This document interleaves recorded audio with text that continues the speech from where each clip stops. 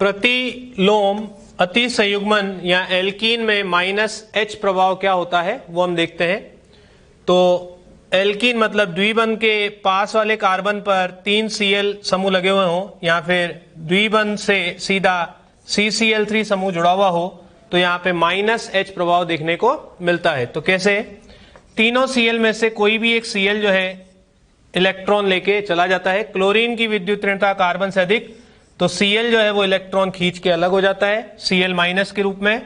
यहाँ पे कार्बन पे पॉजिटिव चार्ज बनने लगता है तो पाई के इलेक्ट्रॉन जो है वो इधर से इधर आने लगते हैं। तो इस कार्बन से इलेक्ट्रॉन दूर गए तो यहाँ प्लस, यहाँ इलेक्ट्रॉन आए तो क्या बन गया? द्विबंध। तो जो सामान्य हाइपर कॉन्जुगेशन होता है, अति संयुग्मन प्रभाव होता है, जब यहाँ पे हाइड्रोजन था तो CH बंध के इलेक्ट्रॉन गए थे द्विबंध की तरफ। अब उसके विपरीत दिशा में क्योंकि इलेक्ट्रॉन जा रहे हैं इसलिए इसको क्या बोला जाता है? -H प्रभाव बोला जाता है। तो आपको ध्यान रखना है कि CCl3 जो है वो कौन सा प्रभाव दर्शाता है? -H प्रभाव दर्शाता है यदि वो द्विबंध कार्बन से सीधा जुड़ा हुआ होता है तो। और इसी को क्या बोलते हैं? प्रतिलोम अति संयुग्मन। इसके बाद बात करते हैं, ये भी इंपॉर्टेंट पॉइंट, बेंजीन वलय पर H प्रभाव की यदि हम बात करें तो कैसे पता चलेगा? तो यहां पे देखें, यदि बेंजीन से कोई एल्किल समूह जुड़ा हुआ हो और उसके पास यदि हाइड्रोजन है तो फिर H प्रभाव देखने को मिल सकता है। तो ये जो द्विबंध है, जैसा कि हमने बात करी थी, द्विबंध के पास वाला ये कार्बन क्या होता है? अल्फा कार्बन होता है। और उस पे जो हाइड्रोजन लगे हुए होंगे उनको क्या बोलेंगे? Alpha hydrogen. तो यहाँ पे द्विबंध के पास वाले अल्फा कार्बन पर हमें अल्फा हाइड्रोजन मिल रहे हैं, इसका मतलब यहाँ पर अति संयुग्मन प्रभाव देखने को मिलेगा। तो ये जो CH बंध के सिग्मा इलेक्ट्रॉन है ये इधर से इधर गए तो यहाँ पे क्या बन गया? द्विबंध बन गया। और ये हाइड्रोजन किस रूप में रह गया? H+ के रूप में रह गया। तो जैसा एल्कीन में होता है वैसा ही कुछ बेंजीन में देखने को मिलता है। इसके बाद यहाँ अनुनाद होगा, नेगेटिव इधर से इधर जाएगा, पाई इधर से इधर जाएगा, यहाँ पहुंच गए। फिर नेगेटिव इधर से इधर जाएगा, पाई इधर से इधर जाएगा तो यहाँ पहुंच गए। इस तरह से ये अलग अलग संरचनाएं हमें प्राप्त होती हैं। तो यहां से क्या पता चला? यहां से पहला पॉइंट देखें, बेंजीन से सीधे जुड़ने वाला एल्किल समूह बेंजीन में इलेक्ट्रॉन घनत्व को बढ़ाता है। तो बेंजीन वाले से यदि कोई एल्किल समूह जुड़ा हुआ है तो एल्किल समूह जो है अपने H प्रभाव के कारण यहाँ पे क्या कर रहा है? इलेक्ट्रॉन के घनत्व को बढ़ा रहा है। कैसे पता चला? बेंजीन वाले पे यहाँ पे क्या आ गया? नेगेटिव चार्ज आ गया, यहाँ भी नेगेटिव चार्ज आ गया। नेगेटिव चार्ज आने का क्या मतलब है? कि इलेक्ट्रॉन घनत्व जो है बढ़ रहा है। तो एल्किल समूह को यदि बेंजीन से जोड़ दें तो वो बेंजीन के अंदर इलेक्ट्रॉन घनत्व को बढ़ाता है H प्रभाव के कारण। और साथ के साथ एल्किल का +I भी लगता है, जैसा कि हमने पहले देखा था। दूसरे पॉइंट की यदि बात करें तो इलेक्ट्रॉन घनत्व जो है वो ऑर्थो और पैरा स्थिति पर बढ़ता है। तो इलेक्ट्रॉन का घनत्व कौन कौन सी स्थिति पे बढ़ा? यहां पे अगर हम देखें, जो एल्किल समूह है उसके पास वाली स्थिति ऑर्थो पे आया, नेगेटिव चार्ज। और उसके बाद अगर हम बात करें पैरा मतलब सामने वाली स्थिति पे क्या आया? Negative charge. तो इलेक्ट्रॉन का घनत्व ऑर्थो वाली स्थिति पे बढ़ा या फिर कौन सी स्थिति पे बढ़ा? पैरा वाली स्थिति पे। मेटा वाली जो ये स्थिति है यहाँ पे कोई भी नेगेटिव चार्ज ऋणावेश नहीं आया, इसका मतलब मेटा पर इलेक्ट्रॉन घनत्व नहीं बढ़ा। तो H प्रभाव का असर आपको ध्यान रखना है, ऑर्थो पे पड़ता है और कौन सी स्थिति पे पड़ता है? पैरा पे पड़ता है, मेटा पे कोई असर नहीं पड़ता है। तीसरे पॉइंट की बात करें, एल्किल समूह जो है वो ऑर्थो पैरा निर्देशी होते हैं। ऑर्थो पैरा निर्देशी का मतलब यदि कोई इलेक्ट्रॉन स्नेही आक्रमण करने आया तो इलेक्ट्रॉन स्नेही कौन सी स्थिति पे आक्रमण करेगा? ऑर्थो और पैरा पे। इलेक्ट्रॉन स्नेही को क्या चाहिए होता है? इलेक्ट्रॉन स्नेही को इलेक्ट्रॉन चाहिए होता है। और ऑर्थो स्थिति पे नेगेटिव चार्ज मतलब इलेक्ट्रॉन है और पैरा स्थिति पे नेगेटिव चार्ज मतलब क्या मिलेगा? इलेक्ट्रॉन मिलेगा। इसलिए इलेक्ट्रॉन स्नेही को कहां पे भेजेगा एल्किल समूह? ऑर्थो और पैरा स्थिति पे निर्देशित करेगा। तो एल्किल समूह ने ऑर्थो और पैरा पे इलेक्ट्रॉन के घनत्व को बढ़ाया, जिसकी वजह से इलेक्ट्रॉन स्नेही जो है वो ऑर्थो और पैरा स्थिति पे आक्रमण करेगा। इसलिए एल्किल समूह ने इलेक्ट्रॉन स्नेही को भेजा ऑर्थो पैरा पे, इसलिए एल्किल समूह क्या होते हैं? ऑर्थो पैरा निर्देशी होते हैं। मतलब वो इलेक्ट्रॉन स्नेही का आक्रमण कहां करवाएंगे? ऑर्थो पे करवाएंगे या फिर कहां पे करवाएंगे, पैरा पे। कौन से समूह, एल्किल समूह, ये भी आपको ध्यान रखना है। इसके बाद कुछ और एग्जाम्पल यहां पे देखें। यहां पे द्विबंध के पास वाला ये कार्बन अल्फा, कितने अल्फा हाइड्रोजन मिलेंगे, यहां पे 2 अल्फा हाइड्रोजन मिलेंगे। इसका मतलब यहां पे अति संयुग्मन प्रभाव देखने को मिलेगा। एक और एग्जाम्पल देखें, द्विबंध के पास वाला जो कार्बन है ये अल्फा कार्बन है, यहां पे आपको एक अल्फा हाइड्रोजन मिलेगा क्योंकि कार्बन के 4 बंध पूरे नहीं है, तो एक अल्फा हाइड्रोजन इधर भी मिलेगा, तो यहां पे भी अति संयुग्मन प्रभाव देखने को मिलेगा। तो यदि बेंजीन वाले से एल्किल समूह जुड़ा हुआ है सीधा और उसके पास यदि अल्फा हाइड्रोजन मिले तो फिर वो H प्रभाव बेंजीन के ऊपर दर्शाता है, यह आपको ध्यान रखना है। इसके बाद बात करें बेंजीन वाले पर -H प्रभाव। तो -H प्रभाव की हमने बात करी थी एल्कीन में। एल्कीन में कैसे बात करी थी, द्विबंध कार्बन से सीधा क्या जुड़ा हुआ था, CCl3। तो यहां पे यदि आप देखें बेंजीन के अंदर भी द्विबंध है, तो द्विबंध कार्बन से सीधा क्या जुड़ा हुआ है, CCl3। तो यहां पे भी -H प्रभाव देखने को मिलेगा। तो इसको यदि हम समझे तो यहां पे बेंजीन वाले है, बेंजीन वाले कुछ इस तरह से, यहां पे है Cl, Cl और Cl। तो तीनों Cl में से कोई भी Cl H प्रभाव दर्शा सकता है। तो मान लेते हैं कि इसने H प्रभाव दर्शाया, -H में क्या होगा, Cl इलेक्ट्रॉन लेके चल जाएगा और ये पाई के इलेक्ट्रॉन अंदर से कहां आएंगे, बाहर आएंगे। तो ये पाई के इलेक्ट्रॉन इधर पाई बना देंगे और Cl इलेक्ट्रॉन लेके चला जाएगा। तो एक संरचना बनेगी जो कि कुछ इस तरह से होगी। कैसी होगी, यहाँ पे पाई, यहाँ डबल बॉन्ड Cl, Cl और यहाँ पे Cl माइनस, और इस कार्बन से इलेक्ट्रॉन दूर गए तो यहाँ पे क्या आ जाएगा, पॉजिटिव चार्ज। इसके बाद इसमें अनुनाद होगा, पाई के इलेक्ट्रॉन इधर से इधर जाएंगे तो फिर पॉजिटिव चार्ज इधर आ जाएगा।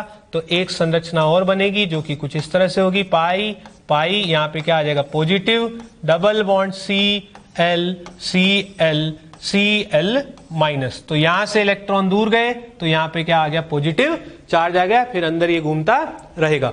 तो CCl3 समूह जो है जब बेंजीन वाले से जुड़ा रहेगा तो उसने क्या किया, बेंजीन वाले से पाई के इलेक्ट्रॉन को खींचा, इसलिए ये कौन सा H प्रभाव दर्शा रहा है, -H प्रभाव दर्शा रहा है, मतलब अपनी तरफ खींच रहा है।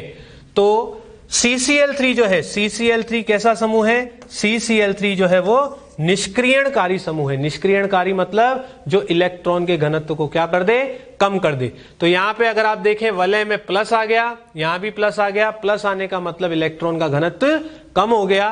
तो ऐसे समूह को हम क्या बोलते हैं, निष्क्रियणकारी। तो CCl3 क्या होता है, निष्क्रियणकारी समूह होता है। इसके बाद दूसरे पॉइंट की बात करें, इलेक्ट्रॉन घनत्व ऑर्थो पैरा स्थिति पर कम होता है। तो इलेक्ट्रॉन का घनत्व कहां कम हुआ, CCl3 के जो ये पास वाली स्थिति है इसको क्या बोलेंगे, ऑर्थो, और CCl3 के जो सामने वाली स्थिति है उसको क्या बोलेंगे, पैरा। तो यदि आप देखें प्लस चार्ज ऑर्थो पे आया और प्लस चार्ज किस पे आया, पैरा पे आया, मतलब इलेक्ट्रॉन का घनत्व ऑर्थो और पैरा पे कम होता है, मेटा पे कोई असर नहीं पड़ता है, यह आपको ध्यान रखना है। इसके बाद बात करें जो CCl3 समूह है, मेटा निर्देशी कौन सा समूह है, यहाँ पे जो CCl3 समूह है वो कैसा होगा, मेटा निर्देशी होगा। मेटा निर्देशी क्यों होगा, CCl3 के कारण ऑर्थो और पैरा स्थिति पर इलेक्ट्रॉन का घनत्व तो हो गया कम। अब यदि इलेक्ट्रॉन इसने ही बेंजीन वाले पे आक्रमण करने आएगा तो फिर उसको इलेक्ट्रॉन कहां पर मिलेंगे, उसको इलेक्ट्रॉन जो है वो मेटा स्थिति पर मिलेंगे, क्योंकि ऑर्थो और पैरा पे इलेक्ट्रॉन का घनत्व क्या हो गया, कम हो गया। तो CCl3 समूह जो है वो मेटा निर्देशी है। इसका मतलब वो इलेक्ट्रॉन स्नेही को कहां निर्देशित करेगा, मेटा स्थिति पर निर्देशित करेगा, मतलब इलेक्ट्रॉन स्नेही मेटा पे जाके आक्रमण करता है यदि CCl3 जो है वो बेंजीन वाले से सीधा जुड़ा हुआ हो।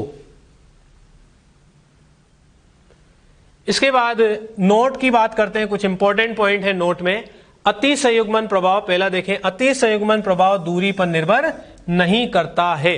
तो अति संयुग्मन प्रभाव जो है दूरी पर निर्भर नहीं करता है, जैसा कि हमने देखा जितना प्लस ऑर्थो पे आया उतना ही प्लस पैरा पे भी आया। तो H का असर जो है वो ऑर्थो और पैरा पे क्या होता है, बराबर होता है। H प्रभाव ऑर्थो और पैरा स्थिति पे बराबर होता है, यह आपको ध्यान रखना है, क्वेश्चन करते वक्त हमें काम में आता है। इसके बाद बात करें दूसरा पॉइंट, H प्रभाव क्या होता है? स्थायी प्रभाव होता है। कैसा? स्थायी, एक बार आ गया तो हमेशा देखने को मिलेगा। तीसरे पॉइंट की बात करें, सामान्यतः यह प्रभाव प्रेरणिक प्रभाव से ज्यादा प्रभावी होता है, लेकिन अनुनाद या मीजोमेरिक प्रभाव से कम प्रभावी होता है। तो अति संयुग्मन प्रभाव जो है वो प्रेरणिक प्रभाव से तो अधिक होता है, लेकिन मीजोमेरिक प्रभाव या अनुनादी प्रभाव से कम प्रभावी होता है। कौन सा प्रभाव? H प्रभाव। चौथा पॉइंट की बात करें, ये इंपॉर्टेंट क्वेश्चन करते वक्त काम आएगा। प्रेरणिक प्रभाव के क्रम की यदि बात करें तो Ct3 का CD3 से अधिक होता है और CD3 का किससे अधिक होता है? CH3 से अधिक होता है।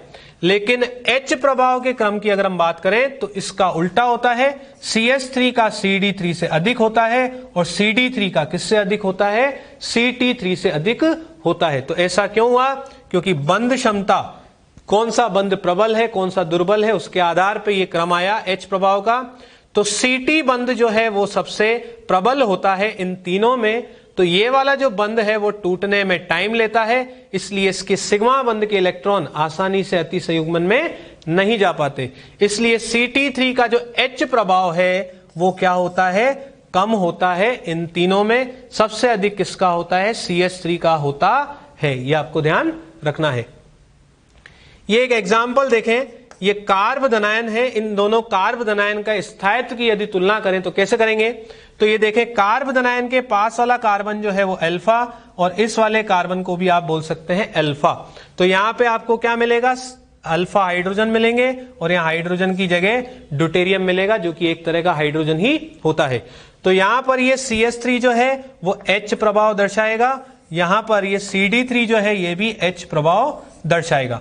वैसे तो ये I प्रभाव भी दर्शाते हैं, लेकिन जैसा कि हमने बोला कि प्रेरणिक प्रभाव मतलब I प्रभाव से ज्यादा प्रभावी कौन होता है? H प्रभाव। तो पहले हम क्या देख रहे हैं? H प्रभाव। तो CH3 का जो H प्रभाव है वो CD3 की तुलना में क्या होता है? अधिक होता है। इसलिए इस कार्ब धनायन का स्थायित्व जो है वो इस कार्ब धनायन से क्या होगा?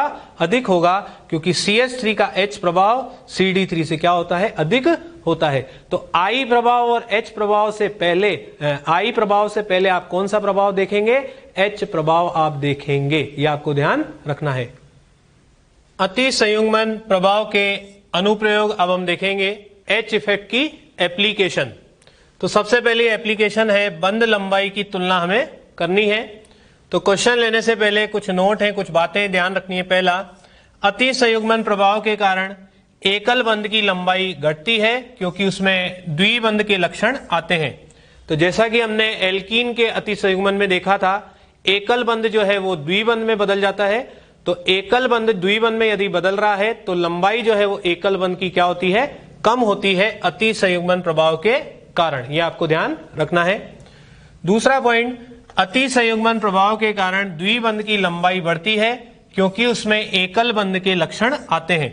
तो एल्कीन में ही हमने देखा था अति संयुग्मन में कि द्विबंध जो है वो एकल बंध में बदल रहा है, और द्विबंध यदि एकल बंध में बदल जाता है तो लंबाई क्या होती है? बढ़ती है। तो ये दो पॉइंट ध्यान रखें। अति संयुग्मन प्रभाव के कारण एकल बंध की लंबाई कम होगी, जबकि द्विबंध की लंबाई जो है वो अति संयुग्मन के कारण बढ़ती है। इसके बाद एक पॉइंट और, अनुनाद के कारण बंध लंबाई पर पड़ने वाला असर जो है वो क्या होता है? अधिक होता है, क्योंकि अनुनाद जो है वो अति संयुग्मन से ज्यादा प्रभावी होता है। इसलिए अनुनाद की वजह से जो पड़ने वाला असर होगा वो अति संयुग्मन की तुलना क्या होगा? अधिक होगा। तो यहाँ पे एक क्वेश्चन हम देख रहे हैं। यहाँ पे हमारे पास तीन बंध दे रखे हैं, एक L1, एक L2 और एक L3।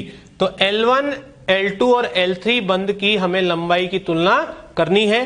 तो यहां भी द्विबंध, यहां भी द्विबंध, यहां भी द्विबंध। तो यहां पर कोई भी प्रभाव आपको देखने को नहीं मिलेगा। H इफेक्ट यहां पर देखने को नहीं मिलेगा। H प्रभाव यहां पर नहीं है। इसमें अगर हम बात करें द्विबंध के पास वाला कार्बन ये अल्फा, कितने अल्फा हाइड्रोजन है? यहाँ पे 3 अल्फा हाइड्रोजन, मतलब H प्रभाव देखने को मिलेगा। इसमें अगर हम बात करें द्विबंध के पास वाला कार्बन अल्फा, कितने अल्फा हाइड्रोजन देखने को मिलेंगे? 6 अल्फा हाइड्रोजन। तो H प्रभाव आखिर वाले में भी होगा। तो जिस बंध की तुलना हमें करनी है वो बंध कैसा है, द्विबंध है। और हमने ऊपर लिखा कि यदि द्विबंध में, ये दूसरा पॉइंट देखें, अति संयुग्मन प्रभाव के कारण द्विबंध की लंबाई क्या होती है, बढ़ती है। तो क्योंकि इसमें अति संयुग्मन प्रभाव अधिक है तीनों में, तो सबसे ज्यादा बंध लंबाई कौन से द्विबंध की बढ़ेगी, इसकी बढ़ेगी। तो हम बोल सकते हैं कि जो L3 वाला बंध है वो सबसे लंबा होगा, फिर क्या होगा L2 और फिर क्या होगा L1। तो क्योंकि इसमें अति संयुग्मन प्रभाव अधिक था तो यहां पर द्विबंध की लंबाई जो है वो भी अधिक तेजी से बढ़ेगी, इसलिए L3 फिर L2 और फिर L1। L1 में तो द्विबंध हमेशा द्विबंध ही रहेगा।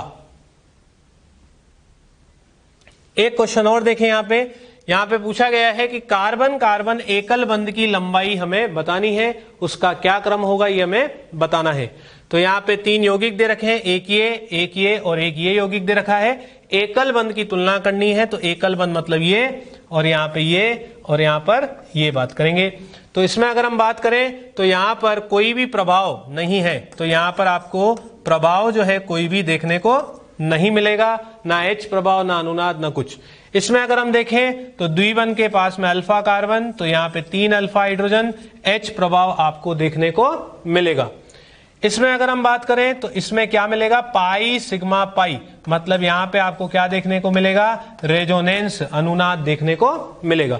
तो अब हमसे पूछा गया है एकल बंध की लंबाई, तो एकल बंध के कारण यहाँ पे H प्रभाव के कारण एकल बंध की लंबाई कम होगी, और यहां पर अनुनाद के कारण भी हमने बात करी थी कि एकल बंध की लंबाई क्या होती है, कम होती है। जबकि यहाँ पे एकल बंध जो है वो हमेशा क्या रहेगा, एकल बंध ही रहेगा। तो हम बोल सकते हैं कि पहले वाले यौगिक में एकल बंध की लंबाई क्या होगी, सबसे अधिक होगी, जबकि यहां पर और यहां पर ये क्या बन रहे होंगे, द्विबंध बन रहे होंगे।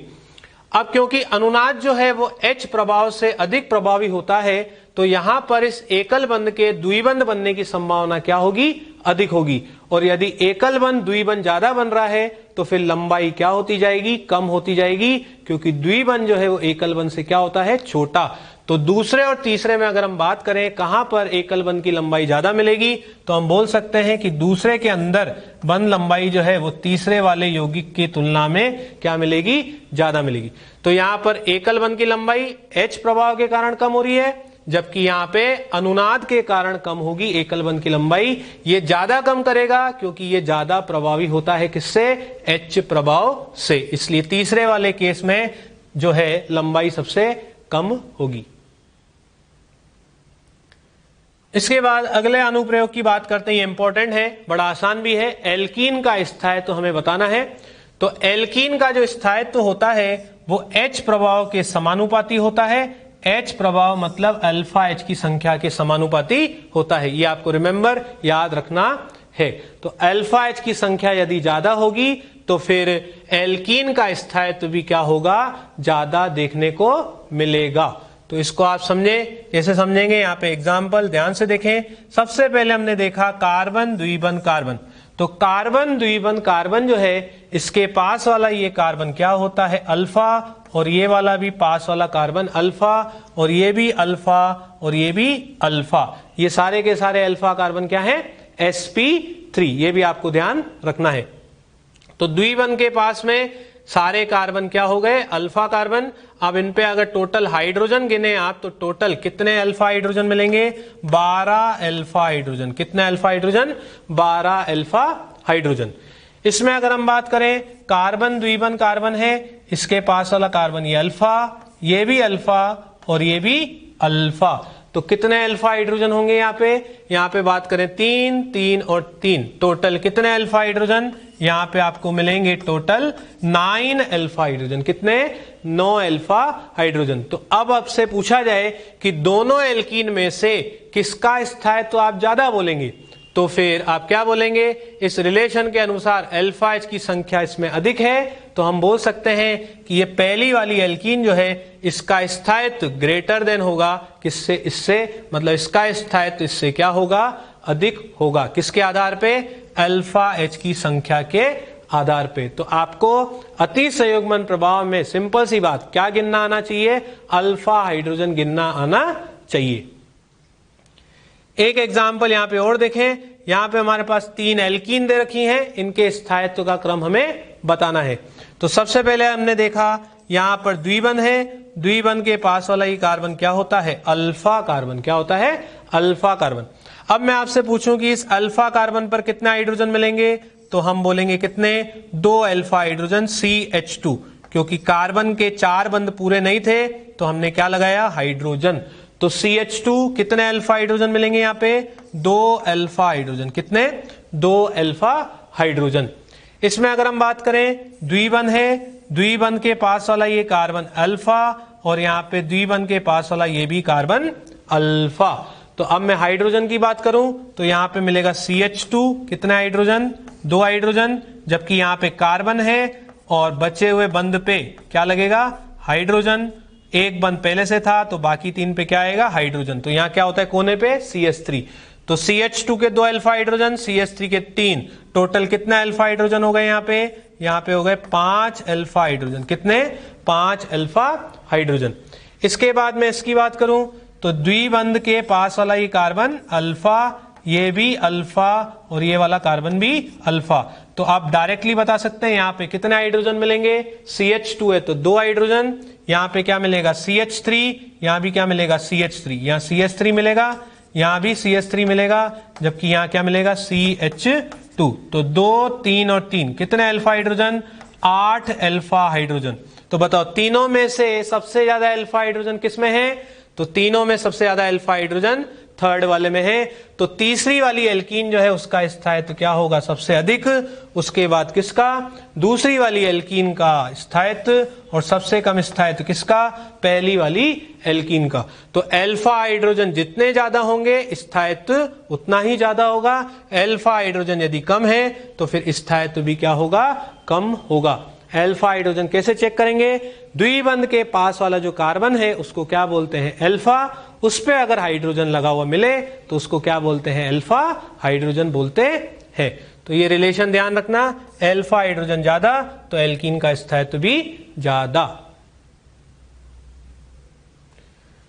इसके बाद ये वाला एक पॉइंट और देखें, यदि अल्फा H की संख्या समान हो तो स्थायित्व अति संयुग्मन प्रभाव में बनने वाले ऋणायन के स्थायित्व के समानुपाती होता है। तो यदि अल्फा हाइड्रोजन की संख्या क्या आ जाए, समान आ जाए, तो स्थायित्व किसके समानुपाती होगा, अति संयुग्मन प्रभाव में बनने वाले ऋणायन के स्थायित्व के क्या होगा, समानुपाती होता है। क्योंकि एल्कीन में जब अति संयुग्मन कराते हैं तो क्या बनता है, ऋणायन बनता है। तो फिर हमें उसका स्थायित्व देखना है कब, जब अल्फा हाइड्रोजन की संख्या बराबर हो जाए। तो एग्जाम्पल से हम इसको समझते हैं। यहां पे एक एग्जाम्पल देखें, ये जो यौगिक है इसका नाम क्या है, आइसोब्यूटिलीन। क्या नाम है इसका, आइसोब्यूटिलीन। और ये है ट्रांसब्यूटुइन CH3 विपरीत दिशा में, और ये है सिसब्यूटुइन CH3 एक ही दिशा में। अब सबसे पहले क्या करें, अल्फा हाइड्रोजन गिन के देख लें।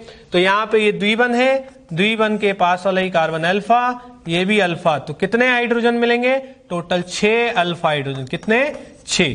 इसके बाद बात करें, यहाँ द्विबंध है, द्विबंध के पास वाला ही कार्बन अल्फा और ये भी कार्बन क्या है, अल्फा। कितने अल्फा हाइड्रोजन मिलेंगे आप गिन सकते हैं। तो 3 और 3 कितने, 6 अल्फा हाइड्रोजन।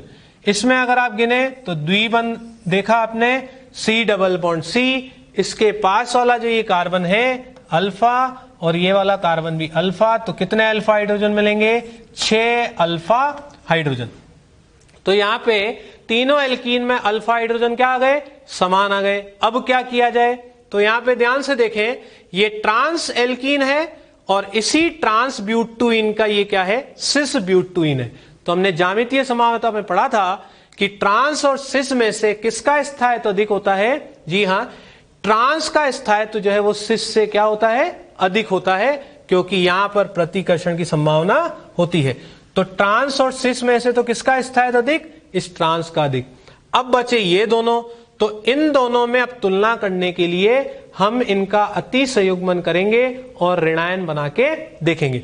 तो सबसे पहले मैं इसकी बात कर रहा हूं, आइसोब्यूटिलीन। तो ये आइसोब्यूटिलीन बना रखा है, ये वाला कार्बन अल्फा और ये वाला हाइड्रोजन क्या है, अल्फा हाइड्रोजन। तो यहां पर जब अति संयुग्मन होगा तो कैसे होगा, ये CH बंध के जो सिग्मा इलेक्ट्रॉन है वो इधर से इधर जाएंगे, जैसा कि हमने एल्कीन में करा था, और ये पाई के इलेक्ट्रॉन जो है वो इधर से इधर जाएंगे। तो यहां पे कार्बन के ऊपर क्या बन जाएगा, ऋणायन बन जाएगा।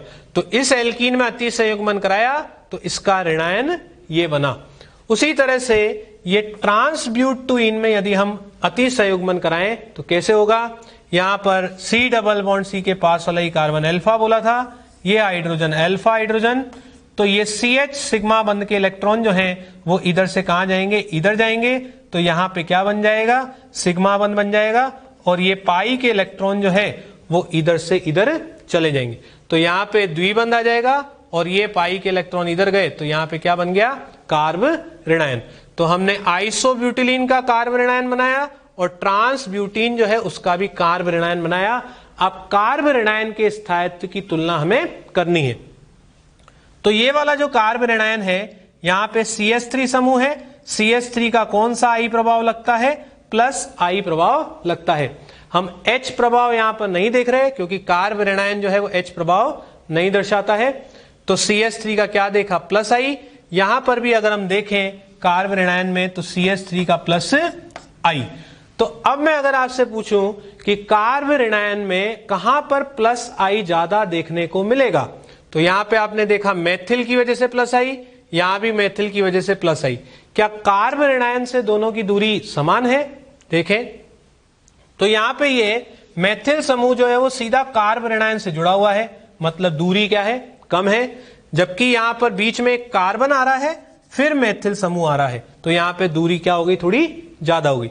तो हम बोल सकते हैं कि यहां पे प्लस I क्या होगा, कम होगा, क्योंकि दूरी क्या है, ज्यादा। जबकि यहां पे प्लस I जो है वो क्या होगा, ज्यादा होगा, क्योंकि दूरी क्या है, यहां पे कम है। अब प्लस I यदि ज्यादा होता है तो फिर कार्ब ऋणायन का स्थायित्व क्या होता है, कम होता है। प्लस I ज्यादा होता है तो कार्ब ऋणायन कम स्थायी होता है। तो ये वाला जो कार्ब ऋणायन है कम स्थायी है, ये वाला कार्ब ऋणायन क्या है, कम स्थायी। जबकि ये वाला जो कार्ब ऋणायन है ये क्या होगा, ज्यादा स्थायी होगा। क्या होगा, ज्यादा स्थायी। तो हमने क्या बोला कि अल्फा H की संख्या समान हो तो स्थायित्व अति संयुग्मन प्रभाव में बनने वाले ऋणायन के स्थायित्व के समानुपाती होता है। अब दोनों में क्योंकि ये वाला ऋणायन जो है वो इससे अधिक स्थायी है, इसका मतलब जिस एल्कीन से ये ऋणायन बना उस एल्कीन का स्थायित्व भी क्या होगा, ज्यादा होगा। तो इन दोनों एल्कीन में अगर मैं स्थायित्व की बात करूं तो किसका स्थायित्व ज्यादा होगा, आइसोब्यूटिलीन का स्थायित्व जो है वो ट्रांसब्यूटीन से क्या होगा, ज्यादा होगा। क्योंकि आइसोब्यूटिलीन का जो ये ऋणायन बना वो क्या होता है, ज्यादा स्थायी होता है। तो सबसे अधिक स्थायी आइसोब्यूटिलीन, फिर ट्रांसब्यूटीन और फिर सिसब्यूटुइन। ये इंपॉर्टेंट क्वेश्चन है, ये आपको रिमेंबर याद रखना है। इसके बाद एक क्वेश्चन और देखें, इन तीनों का स्थायित्व तो हमें बताना है। तो ये तीनों यौगिक जो हैं इनको हम क्या बोलते हैं, एल्काडाइइन। मतलब इसमें कितने द्विबंध नजर आ रहे हैं, तीनों में दो दो द्विबंध नजर आ रहे हैं, तो इनको बोलते हैं एल्काडाइइन बोला जाता है। अब तीनों एल्काडाइन में अगर हम देखें तो पहली वाली एल्काडाइन जो है वो कैसी होती है, संयुग्मी। संयुग्मी शब्द कहां आया था, अनुनाद में आया था। तो संयुग्मी का मतलब क्या है कि दो द्विबंध के बीच में यहां पे आपको क्या मिलेगा, एक सिग्मा बंध जरूर मिलेगा बीच में। तो संयुग्मी स्थिति का मतलब दो द्विबंध के बीच में यहां पे आपको क्या मिलेगा, एक सिग्मा बंध, और यहां पे क्या होगा, अनुनाद होगा, यहां पे रेजोनेंस देखने को आपको मिलेगा। इसके बाद संचयित एल्काडाइन का मतलब क्या है, संचयित का मतलब है लगातार। तो दो द्विबंध जो है यहां पे क्या आएंगे, लगातार आएंगे, एक के बाद एक, इसलिए इसको क्या बोलते हैं, संचयित। क्या बोलते हैं, संचयित। इसके बाद यदि हम बात करें विलगित, विलगित का मतलब ना तो वो संयुग्मी स्थिति में हो ना द्विबंध लगातार हो, एक पहले आया और एक कहीं बाद में अंत में आया, या बहुत सारे कार्बन के बाद में द्विबंध आया, तो उसको क्या बोलते हैं, विलगित बोला जाता है। तो अब मैं अगर आपसे पूछूं तीनों में सबसे ज्यादा स्थायी कौन होगा, तो आप आसानी से बता सकते हैं कौन होगा। पहले वाले में अनुनाद होगा पाई सिग्मा पाई, जबकि सेकंड और थर्ड में कोई अनुनाद नहीं होगा। तो हम बोल सकते हैं, इसको पहला नंबर दे दें, ये दूसरा और ये तीसरा। तो हम बोल सकते हैं कि पहली वाली डाइन अनुनाद के कारण, रेजोनेंस के कारण क्या होगी, सबसे ज्यादा स्थायी। इसके बाद दो द्विबंध यदि लगातार आ जाएं तो यहां पर पाई बंध के इलेक्ट्रॉन के बीच में क्या होता है, प्रतिकर्षण होता है, इसलिए ये क्या होता है, कम स्थायी होता है। तो दूसरे और तीसरे में अगर हम बात करें तो फिर तीसरे वाले का स्थायित्व किससे अधिक होता है, दूसरे वाले से अधिक होता है, क्योंकि दूसरे वाले में पाई बंध लगातार, तो प्रतिकर्षण की संभावना यहां पर रहती है। तो यहां पर सबसे अधिक स्थायी कौन, संयुग्मी एल्काडाइन, उसके बाद कौन, विलगित एल्काडाइन, और उसके बाद कौन, संचयित एल्काडाइन होती है। तो ये ऑर्डर आप डायरेक्टली ध्यान रखें, आगे डायरेक्टली आपसे पूछा जा सकता है। एल्कीन का स्थायित्व तो अभी तक हमने देखा, तो जितने ज्यादा अल्फा हाइड्रोजन, एल्कीन का स्थायित्व तो क्या होता है, उतना ही ज्यादा होता है, ये हमने जाना। एल्कीन के स्थायित्व के बाद हम अगली हेडिंग जो डालेंगे वो क्या डालेंगे, हाइड्रोजनीकरण की ऊष्मा, या क्या बोला जाता है, एंथैल्पी, और इसको इंग्लिश में बोलते हैं हीट ऑफ हाइड्रोजीनेशन। हीट का मतलब ऊष्मा या फिर एंथैल्पी भी बोल सकते हैं। तो हाइड्रोजनीकरण की ऊष्मा या enthalpy, heat of hydrogenation, short में हम इसको क्या बोलेंगे, HOH, मतलब हीट ऑफ हाइड्रोजनेशन। तो ये क्या होती है ये हम जानेंगे। तो इसमें हाइड्रोजनीकरण शब्द आया, क्या शब्द आया, हाइड्रोजनीकरण। तो सबसे पहले हमें जानना पड़ेगा हाइड्रोजनीकरण क्या होता है। तो यहां पे देखें, हाइड्रोजनीकरण शब्द का मतलब है असंतृप्त हाइड्रोकार्बन में हाइड्रोजन जोड़ा जा रहा है, तो उसको क्या बोलते हैं, हाइड्रोजनीकरण। असंतृप्तता का क्या मतलब, कार्बन द्विबंध कार्बन या फिर त्रिबंध। तो अभी हमने द्विबंध से समझा रखा है इसको। तो हाइड्रोजनीकरण की ऊष्मा का क्या मतलब है उसे देखें। एक मोल असंतृप्त हाइड्रोकार्बन का हाइड्रोजनीकरण कराने पर मुक्त ऊर्जा को हाइड्रोजनीकरण की ऊष्मा कहते हैं। तो यदि असंतृप्त हाइड्रोकार्बन में हम हाइड्रोजन डालें तो हाइड्रोजन का योग करने के बाद जो हीट निकलेगी, जो ऊष्मा प्राप्त होगी, उसी को हम क्या बोलते हैं, हाइड्रोजनीकरण की ऊष्मा। जैसे यहां पे एक रिएक्शन दे रखी है, एल्कीन है, उसमें H2 का योग हमें करना है, और Pt निकल पैलेडियम, ये क्या होते हैं, कैटलिस्ट, मतलब उत्प्रेरक की तरह काम करते हैं। तो यहां पाई बंध टूटता है और दोनों कार्बन पे एक एक हाइड्रोजन जुड़ता है। तो यहां पे क्योंकि पाई बंध टूटा और यहां पे सिग्मा बंध बने, सिग्मा बंध जो है वो प्रबल बंध होता है पाई की तुलना में। तो क्योंकि यहां पे प्रबल बंध बन रहा है तो यहां पे क्या निकलेगी, ऊष्मा निकलेगी। तो उसको हमने किससे बता रखा है, डेल्टा H से बता रखा है, जो कि 0 से क्या होगी, कम होगी। मतलब किस में होगी, माइनस में होगी। माइनस में क्यों, क्योंकि हीट निकल रही है, निकलने को हम किससे बताते हैं, माइनस से बताते हैं।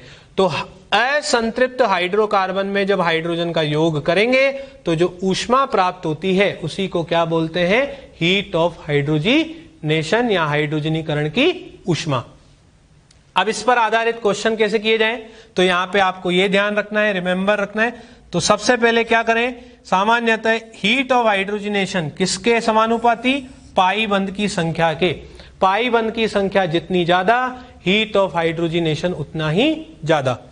इसके बाद यदि पाई बंध की संख्या क्या हो जाए, समान हो जाए, तो फिर एल्कीन का स्थायित्व आपको देखना है। हीट ऑफ हाइड्रोजनेशन एल्कीन के स्थायित्व के क्या होती है, व्युत्क्रमानुपाती। मतलब यदि एल्कीन का स्थायित्व बढ़े तो फिर हीट ऑफ हाइड्रोजनेशन क्या होती है, कम होती है। तो पहले पाई बंध की संख्या देखो, जितनी ज्यादा HOH उतना ही ज्यादा, और पाई बंध की संख्या यदि समान हो जाए तो फिर एल्कीन का स्थायित्व आपको देखना है, और जो भी स्थायित्व का क्रम आएगा एल्कीन का, उसको आप क्या कर देना, उल्टा कर देना। तो एग्जाम्पल से, क्वेश्चन से हम समझते हैं HOH कैसे निकालें। तो HOH हीट ऑफ हाइड्रोजनेशन की हमें क्या करनी है, तुलना हमें करनी है। तो यहां पे अगर हम देखें, 3 हमारे पास यौगिक हैं, तो इनका हीट ऑफ हाइड्रोजनेशन हमें निकालना है। तो सबसे पहले क्या देखना है, पाई बंध की संख्या। तो इसमें एक पाई बंध है, इसमें भी एक पाई बंध है, जबकि इसमें 1 और 2 द्विबंध है, मतलब 2 पाई बंध है। तो सबसे पहली बात, पाई बंध की संख्या किसमें अधिक है? सी वाले में पाई बंध की संख्या ए और बी से क्या है? अधिक है। तो मैं बोल सकता हूं कि सी का स्थायित्व ए और बी से क्या, सी का एचओएच जो है वो ए और बी से क्या होगा? अधिक होगा। क्यों अधिक होगा? क्योंकि सी में पाई बंध क्या है? ज्यादा है। सी में पाई बंध ज्यादा उपस्थित है। तो जिसमें पाई बंध ज्यादा उसका हीट ऑफ हाइड्रोजनेशन भी क्या होगा? ज्यादा। तो C greater than A and B.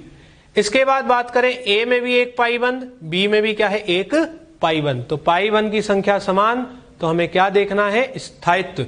तो अब ए और बी में यदि मैं बात करूं किसका स्थायित्व ज्यादा होगा, तो यहां पे देखें द्विबंध है, द्विबंध के पास वाला कार्बन ये अल्फा, द्विबंध के पास वाला ये भी कार्बन अल्फा, द्विबंध के पास वाला ये भी कार्बन अल्फा। तो यहां पे अगर हम बात करें तो क्या मिलेगा? CH3 मिलेगा, यहां भी क्या मिलेगा? CH3, और यहां भी क्या मिलेगा? CH3। तो कितने अल्फा हाइड्रोजन हो जाएंगे टोटल? 9 alpha hydrogen. कितने? 9 अल्फा हाइड्रोजन। इसमें अगर हम बात करें द्विबंध है, तो यहाँ पे द्विबंध के पास वाला कार्बन अल्फा, ये भी अल्फा, ये भी अल्फा, ये भी अल्फा।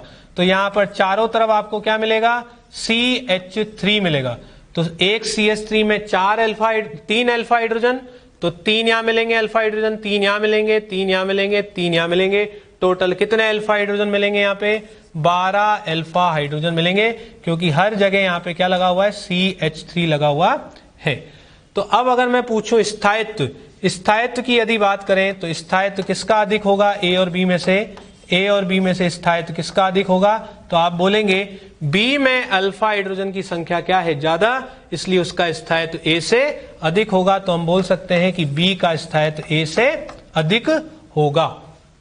तो अगर इनके एचओएच की बात की जाए, हीट ऑफ हाइड्रोजनेशन की बात की जाए ए और बी की, तो जो स्थायित्व का क्रम आया है उसको क्या कर दें? उल्टा कर दें। तो फिर ए का स्थायित्व किससे अधिक, ए का हीट ऑफ हाइड्रोजनेशन किससे अधिक होगा? बी से अधिक होगा। तो जो स्थायित्व का क्रम आया है, हीट ऑफ हाइड्रोजनेशन का क्रम उसका उल्टा।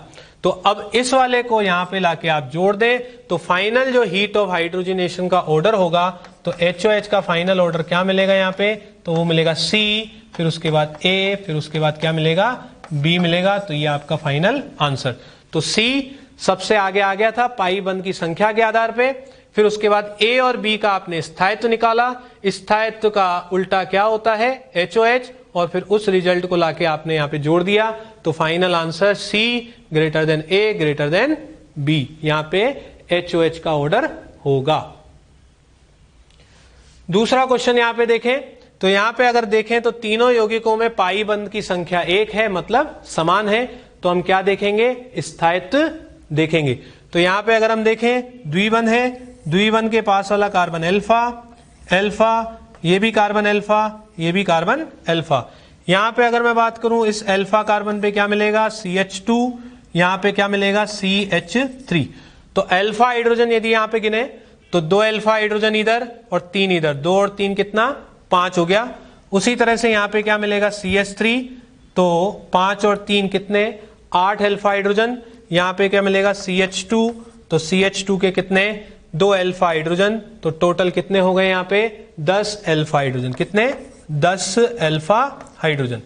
इसमें अगर हम बात करें द्विबंध है, द्विबंध के पास वाला कार्बन अल्फा, द्विबंध के पास वाला ये भी कार्बन अल्फा, द्विबंध के पास में ये भी कार्बन अल्फा। तो यहां पे क्या मिलेगा? CH3, तो CH3 के 3 अल्फा हाइड्रोजन। यहां पे क्या मिलेगा? CH2, तो 2 अल्फा हाइड्रोजन इसके, और यहां पे क्या मिलेगा? 1 हाइड्रोजन यहां भी मिलेगा, तो 1 अल्फा हाइड्रोजन ये। तो यहां पे 3 अल्फा हाइड्रोजन, यहां पे 2 अल्फा हाइड्रोजन, जबकि यहां पे 1 अल्फा हाइड्रोजन। टोटल कितने मिलेंगे? 6 अल्फा हाइड्रोजन। कितने? 6 अल्फा हाइड्रोजन यहां पर मिलेंगे। इसके बाद अगर इसकी बात करें आखिरी वाले यौगिक की, तो द्विबंध के पास वाला ये कार्बन क्या है? अल्फा, द्विबंध के पास वाला ये भी कार्बन अल्फा। तो यहां पे आपको क्या मिलेगा? CH2, यहां पे CH2 होगा, और यहां पे 1 हाइड्रोजन आपको मिलेगा कार्बन के 4 बंध पूरे करने के लिए। तो 2 अल्फा हाइड्रोजन इधर, 1 अल्फा हाइड्रोजन इधर मिलेगा। टोटल कितना मिलेगा? 3 अल्फा हाइड्रोजन। कितना? 3 अल्फा हाइड्रोजन आपको यहाँ पे मिलेंगे। तो अब तीनों के स्थायित्व की अगर मैं तुलना करूं तो स्टेबिलिटी, स्थायित्व की यदि मैं तुलना करूं तो स्टेबिलिटी का ऑर्डर क्या आएगा? स्टेबिलिटी का ऑर्डर आएगा सबसे अधिक स्थायी कौन? पहला वाला। ए, फिर बी और फिर सी, क्योंकि ए में अल्फा हाइड्रोजन की संख्या क्या है, ज्यादा है, तो स्थायित्व ए का सबसे अधिक, फिर उसके बाद कौन, बी, फिर उसके बाद कौन, सी। तो यदि हीट ऑफ हाइड्रोजनेशन का ऑर्डर पूछा जाएगा तो HOH का ऑर्डर क्या हो जाएगा, इसका उल्टा, मतलब HOH सबसे अधिक किसका, सी का, फिर किसका, बी का, और फिर किसका, ए का। तो स्थायित्व आप निकालें, जो स्थायित्व का क्रम आएगा उस क्रम को क्या करना है, उल्टा करना है, वो किसका ऑर्डर हो जाएगा, हीट ऑफ हाइड्रोजनेशन का ऑर्डर हो जाएगा। तो ये कब करना है, जब पाई बंध की संख्या क्या हो, समान हो। स्थायित्व निकालने के लिए आप क्या चेक कर लें, अल्फा हाइड्रोजन की संख्या ध्यान से चेक कर लें। इसके बाद ये वाला एग्जाम्पल देखें, ये क्वेश्चन जो है पेपर में पूछा जा चुका है, नीट में पूछा जा चुका है, तो बड़ा आसान क्वेश्चन है ये। देखें, तीनों यौगिकों में अगर हम देखें तो 3-3 द्विबंध है। 3 द्विबंध का मतलब पाई बंध की संख्या भी 3 है, मतलब तीनों में पाई बंध की संख्या क्या है, समान है। पाई बंध की संख्या समान है तो हमें क्या देखना है, स्थायित्व। तो पहले वाले यौगिक में अगर हम बात करें तो पहला वाला यौगिक में आपको बेंजीन नजर आ रहा है, तो बेंजीन वाले होने के कारण, ये बेंजीन वाले होने के कारण ये क्या है, एरोमेटिक है। क्या है, एरोमेटिक। इसमें अगर हम बात करें pi sigma pi sigma pi, तो इसमें सामान्य यहाँ पे क्या देखने को मिल रहा है, रेजोनेंस देखने को मिल रहा है, जबकि यहाँ पे कोई रेजोनेंस नहीं है, कोई भी यहाँ पे अनुनाद नहीं है। तो एरोमेटिक वाला जो यौगिक है वो सबसे क्या होता है, ज्यादा स्थायी होता है। यहाँ पे इन दोनों की अगर हम बात करें, इनकी तुलना में ये दोनों क्या होंगे, नॉन एरोमेटिक होंगे, क्योंकि इनमें चक्रीय अनुनाद, पूरी तरह से चक्र में अनुनाद नहीं है। तो स्थायित्व की बात करें तो सबसे अधिक स्थायी कौन होता है, इसमें ए वाला, एरोमेटिक वाला। उसके बाद इसमें रेजोनेंस है और इसमें रेजोनेंस नहीं है, तो इसका स्थायित्व जो है वो क्या होता है, अधिक होता है। किससे, सी से, क्योंकि रेजोनेंस जो है वो प्रभावी होता है काफी, तो इसका स्थायित्व जो है अनुनाद के कारण वो इससे क्या होता है, ज्यादा होता है। तो स्थायित्व का क्रम तो ये आ गया। यदि HOH का ऑर्डर पूछा जाए तो उसको क्या करना है, उल्टा। तो सबसे अधिक HOH किसकी होगी, सी की, फिर किसकी होगी, बी की, और फिर किसकी होगी, ए की। तो स्थायित्व का क्रम क्या आया, स्थायित्व का क्रम आया ए सबसे अधिक स्थायी, फिर बी, और फिर क्या आ गया, सी आ गया। ए सबसे अधिक स्थायी क्यों, क्योंकि वो क्या था, एरोमेटिक। फिर हाइड्रोजनीकरण की ऊष्मा का क्रम पूछा जाए तो जो स्थायित्व का क्रम आएगा उसको आपको क्या करना है, उल्टा करना है। तो ऑर्डर आ जाएगा सी, फिर बी, और फिर ए। स्थायित्व का उल्टा आपको करना है। इसके बाद बात करें फोर्थ एग्जाम्पल की, फोर्थ क्वेश्चन की, तो यहाँ पे इन तीनों का हमें HOH बताना है, हाइड्रोजनीकरण की ऊष्मा का क्रम हमें बताना है। तो सबसे पहले अगर मैं बात करूं तो ए और बी में कितने पाई बंध है, यहाँ पे 2 द्विबंध है, मतलब 2 पाई बंध। यहाँ पे भी 2 द्विबंध, मतलब कितने पाई बंध मिलेंगे, 2 पाई बंध। जबकि इसमें 1 द्विबंध है तो कितने पाई बंध, 1 पाई बंध। तो पाई बंध की संख्या के आधार पर अगर मैं बोलूं, HOH जो है वो A, B का किससे अधिक होगा, C से, क्योंकि A और B में पाई बंध की संख्या क्या है, ज्यादा। पाई बंध की संख्या ज्यादा तो HOH भी क्या होगा, ज्यादा होगा।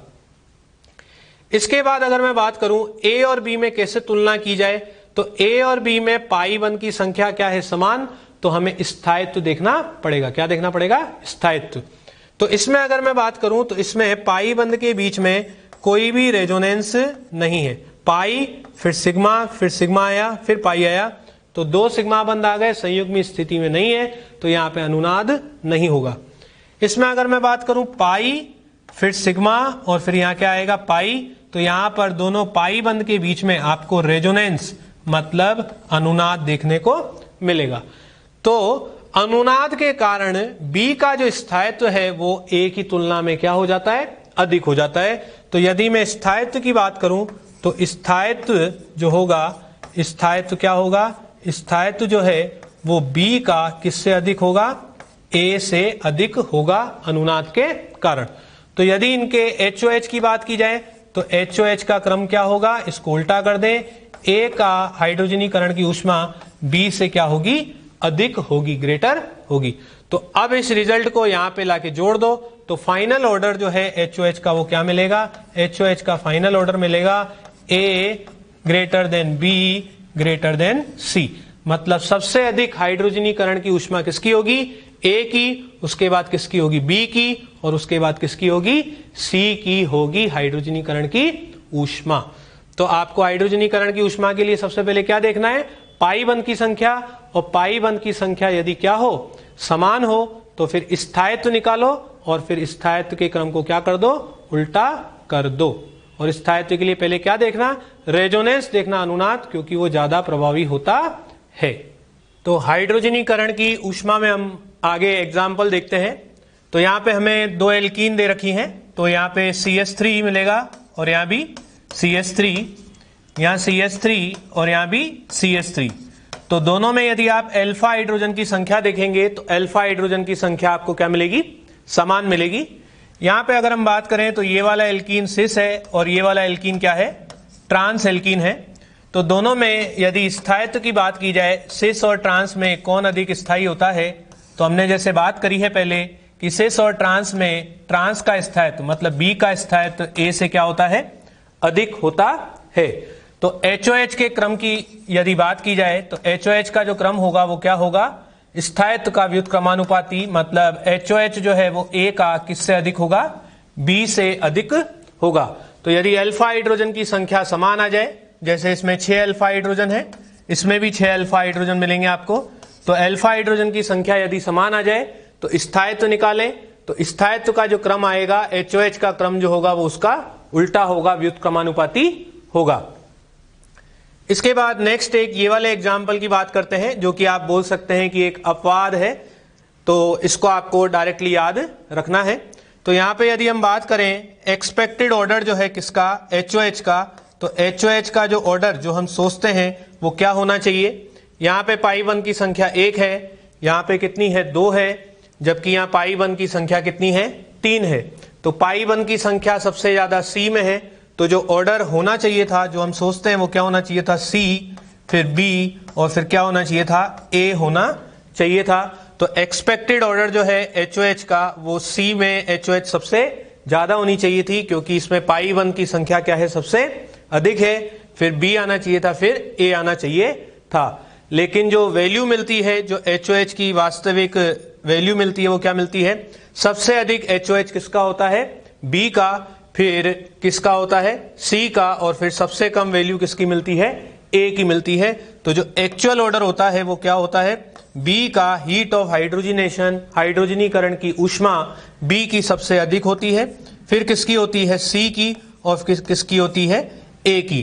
तो ऐसा क्यों हुआ कि B का हाइड्रोजनीकरण की ऊष्मा C से जो है वो अधिक हो गई, जबकि C की क्या होनी चाहिए थी, सबसे अधिक होनी चाहिए थी। तो इसका कारण क्या है कि C जो है वो एरोमेटिक होने के कारण क्या हो गया, बहुत ज्यादा स्थायी हो गया, किसकी तुलना में, यहाँ पे B की तुलना में और A की तुलना में। इसलिए C की जो हाइड्रोजनीकरण की ऊष्मा है वो B से क्या चल गई, थोड़ा पीछे चल गई। लेकिन C की अगर हम बात करें, क्योंकि यहाँ पे 3 पाई बंध है और A में क्योंकि एक ही पाई बंध है, तो फिर पाई बंध की संख्या के आधार पे C जो है वो A से क्या आएगा, आगे आएगा। तो B और C के क्रम में अदला बदली क्यों हो गई, क्योंकि C जो है वो एरोमेटिक होने के कारण स्थायी हो गया, इसलिए इसका HOH जो है वो B की तुलना में थोड़ा सा क्या हो गया, कम हो गया। तो ये जो ऑर्डर है, ये जो एग्जाम्पल है, ये आपको डायरेक्टली याद रखना होता है। हाइड्रोजनीकरण की ऊष्मा के बाद हम बात करते हैं यहाँ पे दहन की ऊष्मा क्या होती है, जिसको हम बोलते हैं हीट ऑफ कंबशन, और शॉर्ट में बोलते हैं HOC। तो हाइड्रोजनीकरण की ऊष्मा के बाद दहन की ऊष्मा की यहाँ परिभाषा देखें क्या होती है, 1 मोल यौगिक में ऑक्सीजन की अधिकता में पूर्ण दहन पर मुक्त होने वाली ऊर्जा को दहन की ऊष्मा कहा जाता है। तो यौगिक को ऑक्सीजन की उपस्थिति में जब जलाया जाएगा तो जो ऊष्मा प्राप्त होती है उसी को हम क्या बोलते हैं, दहन की ऊष्मा बोलते हैं। तो जैसे यहाँ पे एक हाइड्रोकार्बन ले रखा है CH4, इसको ऑक्सीजन की उपस्थिति में जलाया गया तो यहाँ पे क्या निकला, CO2, और क्या निकलता है H2O। और यहाँ पे जो डेल्टा H है इसी को हम यहाँ पे क्या बोलते हैं, HOC, हीट ऑफ कंबशन, जो कि 0 से कम होगी, मतलब यहाँ पे ऊष्मा क्या हो रही है, निकल रही है। तो यदि यौगिक को ऑक्सीजन की उपस्थिति में जलाया जाए तो जो ऊष्मा प्राप्त होती है उसी को हम क्या बोलते हैं, दहन की ऊष्मा बोलते हैं। अब इस पर आधारित क्वेश्चन करने के लिए आपको ये ध्यान रखना है, सामान्यतः HOC दहन की ऊष्मा जो है वो कार्बन की संख्या के क्या होती है, समानुपाती। कार्बन की संख्या जितनी अधिक होती है HOC जो है वो भी अधिक होता है, मतलब दहन की ऊष्मा भी अधिक होती है। इसके बाद यदि कार्बन की संख्या क्या हो जाए, समान हो जाए, तो फिर आपको क्या देखना होता है, स्थायित्व देखना होता है। तो HOC जो है वो स्थायित्व के क्या होता है, व्युत्क्रमानुपाती। मतलब यदि स्थायित्व ज्यादा हुआ तो फिर दहन की ऊष्मा HOC क्या होती है, कम होती है। स्थायित्व आपको कब देखना है, जब कार्बन की संख्या क्या हो जाए, समान हो जाए। सबसे पहले क्या देखो, कार्बन की संख्या आपको देखनी होती है। तो दोनों पॉइंट को हम कुछ उदाहरण से समझते हैं। तो यहां पे पहला एग्जाम्पल देखें, यहां पे 4 यौगिक दे रखे हैं, तो इनका हमें दहन की ऊष्मा का क्रम हमें बताना है। तो बड़ा आसान है। तो यहां पे अगर आप देखें तो टोटल कितने कार्बन मिलेंगे, 6 कार्बन का वलय। इसमें अगर हम बात करें तो 5 कार्बन का वलय मिलेगा। यहां पे बात करें तो 4 कार्बन का वलय मिलेगा, जबकि यहां पे 3 कार्बन का वलय मिलेगा। तो हमने क्या बोला कि कार्बन की संख्या जितनी ज्यादा होगी दहन की ऊष्मा भी उतनी ही ज्यादा होगी। तो बताएं HOC के क्रम की यदि मैं बात करूं तो फिर HOC का क्या क्रम होगा, सबसे अधिक दहन की ऊष्मा किसकी होगी, A की, फिर किसकी होगी, B की, फिर किसकी, C की, फिर किसकी, D की। तो A की दहन की ऊष्मा सबसे अधिक क्यों हुई, क्योंकि यहां पे कार्बन की संख्या क्या है, सबसे अधिक। कार्बन की संख्या घटती जाएगी तो फिर दहन की ऊष्मा भी क्या होती जाएगी, घटती जाएगी। तो बड़ा सिंपल सा एग्जाम्पल, कार्बन की संख्या के आधार पे दहन की ऊष्मा। नेक्स्ट एग्जाम्पल यहां पे आप ध्यान से देखें। तो नेक्स्ट एग्जाम्पल में यदि हम देखें तो पहले वाले यौगिक में टोटल कितने कार्बन मिलेंगे, 4, 1, 2, 3 और 4। इसके बाद यहां पे बात करें तो 1, 2, 3 और 4 कार्बन यहां भी मिलेंगे। इसमें अगर हम बात करें तो 1, 2 और 3 कितने कार्बन मिलेंगे, 3 कार्बन मिलेंगे। और यहां पे यदि बात की जाए तो ये CH2 डबल बॉन्ड CH2 को प्रदर्शित कर रहा है, तो कितने कार्बन मिलेंगे, 2 कार्बन मिलेंगे।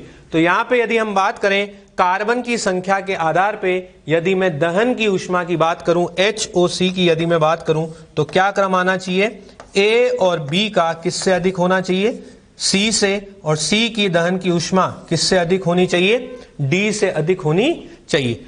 तो A और B के अंदर कार्बन की संख्या क्या है, ज्यादा है C और D की तुलना में, तो A और B आगे आएंगे। फिर C और फिर D में कार्बन की संख्या सबसे कम, तो दहन की ऊष्मा जो है सबसे कम किसमें, D में। अब हम बात करें A और B में, तो A और B में क्या देखा जाएगा, अब स्थायित्व देखा जाएगा, क्योंकि कार्बन की संख्या क्या हो गई, समान हो गई। तो जैसा कि आपको पहले बताया, ये कौन सी संरचना को बता रहा है, ये सिस को बता रहा है, और ये किसको बता रहा है, ट्रांस रूप को बता रहा है। तो सिस और ट्रांस में यदि हम बात करें तो स्थायित्व की यदि बात की जाए, सिस और ट्रांस में हमने बात करी थी, किसका अधिक होता है स्थायित्व। अगर बात करें तो B मतलब ट्रांस का स्थायित्व जो है वो A से अधिक होगा, सिस से अधिक होता है। तो यदि अब HOC की बात की जाए तो इनके HOC का क्रम क्या होगा, इसका क्या कर देना है, उल्टा कर देना है, क्योंकि स्थायित्व के क्रम के व्युत्क्रमानुपाती क्या होती है, दहन की ऊष्मा। तो A और B के दहन की ऊष्मा की बात करें तो क्या होगा, A की दहन की ऊष्मा B से क्या होगी, अधिक होगी।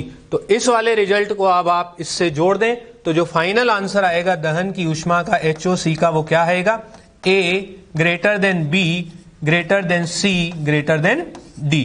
तो बड़ा आसान है। सबसे पहले क्या देखना है, कार्बन की संख्या जितनी ज्यादा दहन की ऊष्मा उतनी ज्यादा।